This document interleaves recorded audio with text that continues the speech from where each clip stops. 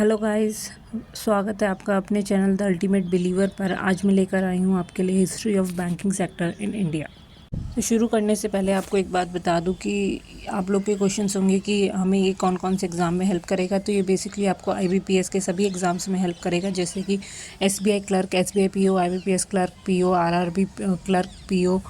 तो सभी एग्ज़ाम्स में बैंकिंग अवेयरनेस जिन भी एग्ज़ाम्स में आता है उन सभी में आपको हेल्प करेगा। ये गाइस शुरू करते हैं history of banking sector in India.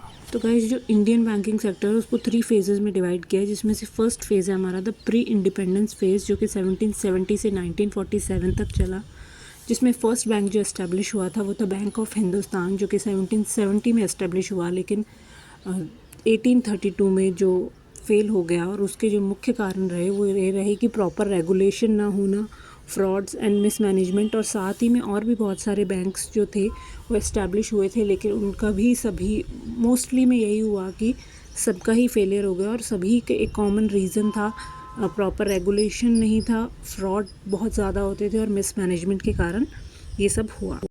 तो सेकंड फेज़ जो है हमारा वो है द पोस्ट इंडिपेंडेंस फेज़, जो कि 1947 से 1991 तक रहा, जब हमारे LPG रिफॉर्म्स आए थे। तब तक आफ्टर इंडिपेंडेंस जो इंडियन गवर्नमेंट थी उन्होंने कुछ स्टेप्स लिए जिससे कि बैंकिंग सेक्टर को और मजबूत बनाया जाए। और 1949 में इसी के तहत उन्होंने RBI reserve bank of India का इस्टेब्लिश किया, जो कि जिसे सेंट्रल बैंक ऑफ इंडिया भी कहा जाता है। फिर 1969 में गवर्नमेंट ने 14 मेजर बैंक्स को नेशनलाइज कर दिया। और ये सब किया क्यों? ये सब किया जो हमारे जैसे लोग हैं, एक कॉमन पीपल है, उसके डिपॉजिटर्स के इंटरेस्ट को बचाने के लिए और बैंकिंग को लोगों तक पहुंचाने के लिए ये रिफॉर्म्स लाए गए थे और ये एस्टैब्लिशमेंट्स की गई। थर्ड है हमारा द पोस्ट रिफॉर्म्स फेज़, जो कि 1991 से अभी तक चला आ रहा है। 1991 में क्या हुआ था? इकोनॉमिक रिफॉर्म्स हुआ था, जिन्हें LPG भी कहा जाता है। LPG का मतलब है लिबरलाइजेशन, प्राइवेटाइजेशन एंड ग्लोबलाइजेशन, जिसके कारण बैंकिंग सेक्टर में भी बहुत सारे रिफॉर्म्स हुए थे।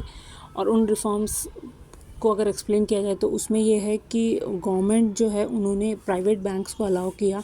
पहले इंडिया में सिर्फ गवर्नमेंट बैंक्स ही हुआ करते थे, गवर्नमेंट ने प्राइवेट बैंक्स को अलाउ किया, साथ ही साथ उन्होंने फॉरेन बैंक्स को अलाउ किया कि वो अपनी ब्रांच इंडिया में लगा सकते हैं। साथ ही साथ जो RBI है उसने बहुत सारे new rules and regulations introduce किए, ताकि हमारा बैंकिंग सिस्टम और एफिशिएंट एंड ट्रांसपेरेंट बने और लोगों को तक बहुत ज़्यादा लोगों तक पहुँचा जा सके। इसी के साथ हमारे तीनों फेजेस ख़त्म होते हैं और आज की जो इंडियन बैंकिंग सेक्टर है वो वन ऑफ द लार्जेस्ट और सबसे कॉम्प्लेक्स है पूरी दुनिया में। और आज हमारे जो इंडिया है उसमें 100 शेड्यूल्ड कमर्शियल बैंक्स और 96,000 से भी ज़्यादा ब्रांचेज़ हैं।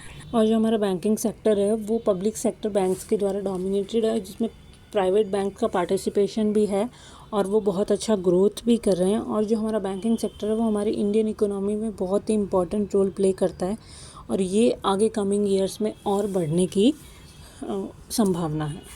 इसी के साथ हम आगे पढ़ेंगे अब हमारे जो इंडियन बैंकिंग सेक्टर है उसकी हिस्ट्री के कुछ माइलस्टोन। फर्स्ट है हमारा बैंक ऑफ हिंदुस्तान, जो कि 1717 में इस्टेब्लिश हुआ था कलकत्ता में। सेकंड है हमारा 1786 में जनरल बैंक ऑफ इंडिया, जो कि इस्टेब्लिश हुआ था कलकत्ता में। थर्ड है हमारा बैंक ऑफ बंगाल, जो कि इस्टेब्लिश हुआ था 1806 में, वो भी कलकत्ता में। फोर्थ है हमारा बैंक ऑफ बॉम्बे, जो कि 1840 में इस्टेब्लिश हुआ था बॉम्बे में। देन है फिफ्थ हमारा बैंक ऑफ मद्रास, जो कि इस्टेब्लिश हुआ था हमारा 1843 में मद्रास में।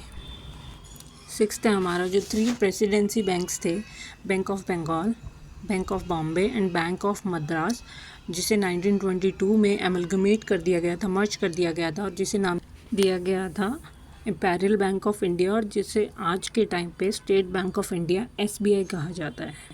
सेवन्थ है हमारा the reserve bank of India, जिसका इस्टेब्लिशमेंट हुआ था 1949 में और जिसे सेंट्रल बैंक ऑफ इंडिया भी कहा जाता है। एट्थ है हमारा जो गवर्नमेंट है उसने 14 मेजर बैंक्स को 1969 में नेशनलाइज कर दिया था। देन नाइन्थ है हमारा 1991 में जो है इंडिया में मेजर इकोनॉमिक रिफॉर्म्स हुए थे, जिन्हें LPG कहा जाता है, मैंने पहले भी अपने वीडियो में बताया है। 10th है हमारा 2000 में जो था RBI ने इंट्रोड्यूस किया था concept of core banking solution, जिसमें क्या होता है कि आपका अकाउंट किसी भी ब्रांच पे हो, लेकिन आप कोई ट्रांजैक्शन करना चाहते हैं, कोई इन्फॉर्मेशन लेना चाहते हैं, तो आप किसी भी ब्रांच पर जाकर ले सकते हैं। उसे यूनिफाइड बैंकिंग एक्सपीरियंस कहते हैं। तो ये RBI ने 2000 में शुरू किया था। नेक्स्ट है हमारा 2016 में जो आरबीआई है उसने इंट्रोड्यूस किया था प्रधानमंत्री जन धन योजना, जो कि फाइनेंशियल असिस्टेंस प्रोवाइड करती है गरीब लोगों को और उन लोगों को जिनके कोई बैंक अकाउंट्स नहीं है, जो बैंकिंग सर्विसेज के साथ में जुड़े हुए नहीं हैं। और नेक्स्ट है हमारा 2017 में जो आरबीआई ने इंट्रोड्यूस किया था हमारा UPI system, unified payment interface. ये फुल फॉर्म पूछा जा सकता है, इसे ध्यान रखिए, जो कि हमें अलाउ करता है कि हम किसी भी बैंक अकाउंट से इंस्टेंट मनी ट्रांसफ़र कर सकते हैं। तो गाइज़ इतना ही था आज के वीडियो में। Hope you all like it and thanks for watching. Like, share and subscribe.